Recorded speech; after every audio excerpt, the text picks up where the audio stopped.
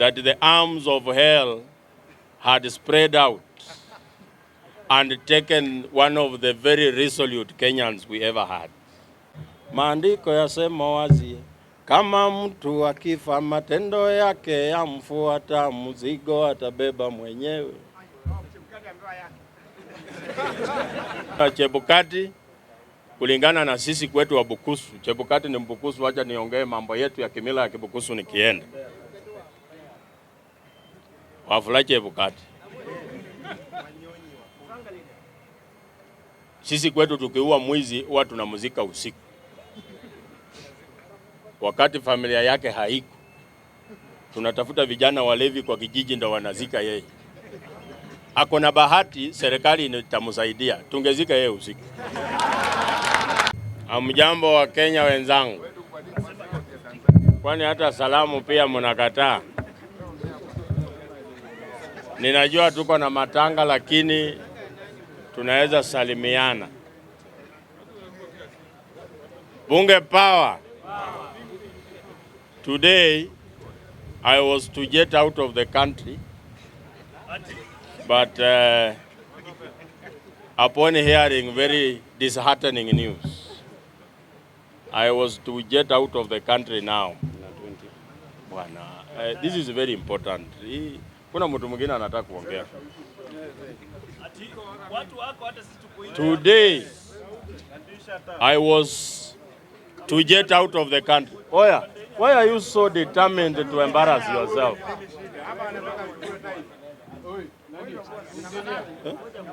Ama unadhani wewe ni wa kwanza kusupport Ruto? Watu walimsupport wakachoka, wakawacha.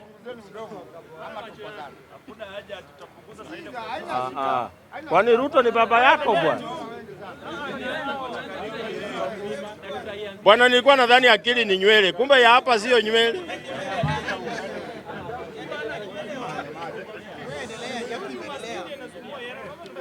Bunge power. Bunge power. I was saying today I was to jet out of the country for business and political realignments. But I received very disheartening news that the arms of hell had spread out and taken one of the very resolute Kenyans we ever had. A Kenyan who had served with the utmost diligence and honesty, a patriot par excellence. We have lost a Kenyan who has set an example of how someone should conduct themselves in public office. And therefore I want to call upon the Kenyan people to mourn peacefully, because death knocks on everyone's door. Today is Chebukat'S day, tomorrow we don't know whose day. Mimi sitaki kusema Mungu amweke mahali pema peponi, kwa sababu Kianda aliimba wimbo akasema kuweka mahali mtu anawekwa ni kazi ya Mungu. Na hiyo ni kazi ya Maulana, wacheni kidomodomo. Maandiko yasema wazi, kama mtu akifa matendo yake yamfuata, mzigo atabeba mwenyewe.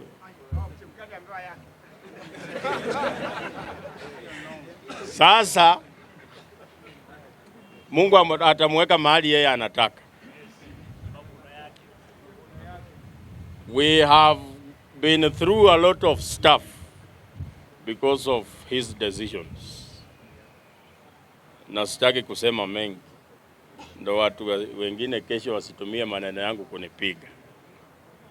Mr. Speaker, I have had a lot of things and that we are needed to talk about foreign policy here today. It's a very deep topic that I can see most of us are floating. Foreign policy in layman's language is how our neighbors see us. How are we behaving? And how does it affect us? How does our behavior as a country affect the international community? Mr. Speaker, I want to submit that we are making a lot of grave mistakes. Mistakes that can make Kenya burn, mistakes that can force the Kenyan people to defend themselves against external aggressors.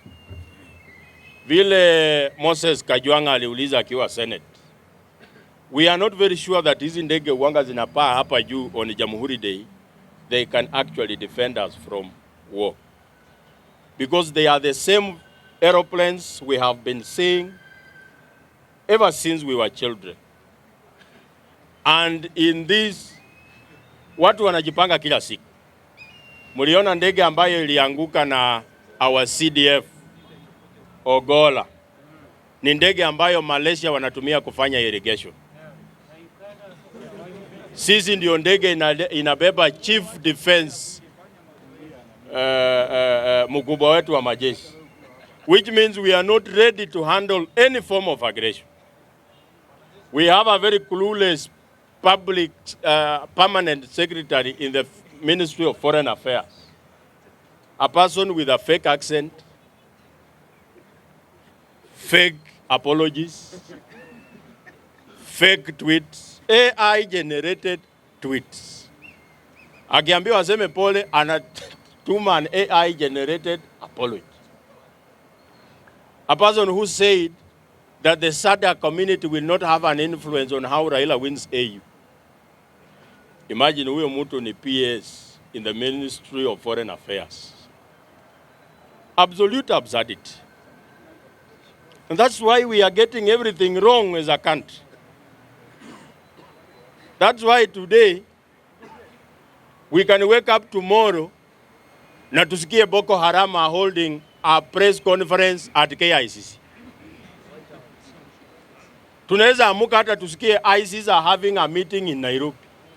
Ama Al-Qaeda. And Musalia Mudavadi will come forward to defend that. Watu wanasema serikali iko imara.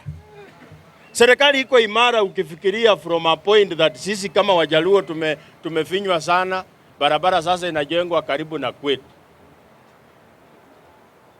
Barabara ndio inajengwa karibu na kwenyu.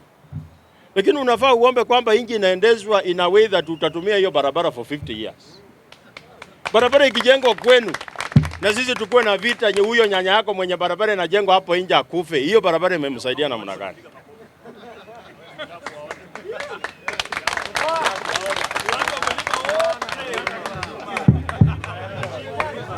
Pia mimi ni mtu ya mlima. Kwetu ni Mount Elgon. Hiyo si ni mlima. Mr. Speaker, we need to tell the people the truth. What has happened here today, I have tried to sugarcoat everything in the beginning of this address. And I have used the vice versa statements. And today, anybody who is going to become IEBC chairman, I don't know who, but I want to send you this message. That if you usurp the will of the people, you will be very lucky to see the next election. Mothers cannot be crying their children have been abducted. Young women becoming orphans. People's will being taken advantage of. And you think the billions you've pocketed will help you. Ninawaambianga hapa kila siku Mungu huwa halali kayoli. The billions you get, you will use those monies to pay for your medical bills. The remaining ones will be used in funeral arrangements. And we the Kenyan people shall be there to witness your downfall. It's a message, it's a bitter pill to swallow. It's a bitter pill. Kwa sababu some of us who have been in this struggle fighting for a better Kenya. I fight for a better Kenya so that such people who are heckling can heckle in a safe space. We fight for a better Kenya because tomorrow the boot will be on another foot and you will feel the pinch. Kwa sababu wewe sahi, because you are benefiting from the breadcrumbs that are falling from the table of impunity, you think you have won. Wakati tulikuwa tunajaribu kupatia watu advice, tukiwaambia tafadhali, listen to the will of the people and make announcements that go with the will of the people. Watu wengine waliona wao ni wakili kutushinda. Some commissioners of IEBC had to flee out of the country. Cherera 4, wengine sijui wako wapi. Ule mtu aliona yeye ni ndume kabisa akasimama. Akatangaza, he opened a cage of locusts that has come to devour our vegetation. Mimi nilitangaza siku aliapisha Rais William Ruto ya kwamba Kenyans who are dancing at Kasarani will be regretting it in a few days later. Juzi mulikuwa munasema hapa, munashangaa akitaja barabara kutoka Mandera mpaka Isiolo. Mimi sikushangaa because that was not his first time. I remember akisema in a few months time the stadium in Eldoret will be complete. In a couple of months time the stadium in Wote will be complete. In another couple of months' time, the historic stadium in Kiambu will be complete. So instead of 5 stadia, we are actually going for 9. Nyinyi mukapiga makofi, mukasahau.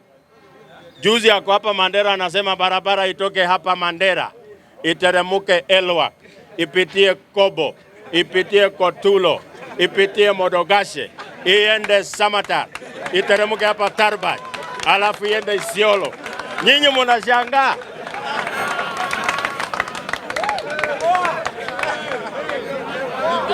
Yes.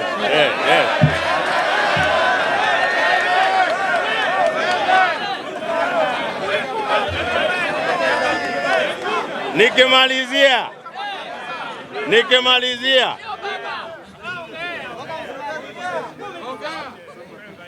There are some people that are saying President Ruto has changed. Eti aliingia kwa kiti akabadilika. William Ruto has never changed. He is still the same William Ruto. He is actually the best version of William you will ever see. He cannot change from being himself. He is so incapable of telling the truth. Every time he starts to speak, involuntarily he starts lying. So I understand the man. It is his weakness. We are therefore telling him that you have outlived your usefulness with the people of Kenya, as you told us in 2022, that it is the Kenyan people that hires and fires governments. Coming this election, Mr. President, we are going to fire your government and elect a new government. Wale wanasema 10 bila break. The only incident ya 10 bila break ni wakati lori ya tairi 10 imeua watu. Sasa nyinyi endeleeni na 10 bila break. Iko kwa mteremko. Tutawaokota huko chini. People power. We are saying Ruto must go, just like he has started to go today. Na hii maneno ya Chebukati, kulingana na sisi kwetu wa Bukusu, Chebukati ni Mbukusu, wacha niongee mambo yetu ya kimila ya Kibukusu nikienda. Wafula Chebukati. Sisi kwetu tukiua mwizi huwa tunamuzika usiku. Wakati familia yake haiko, tunatafuta vijana walevi kwa kijiji ndo wanazika yeye. Ako na bahati serikali itamsaidia, tungezika yeye usiku.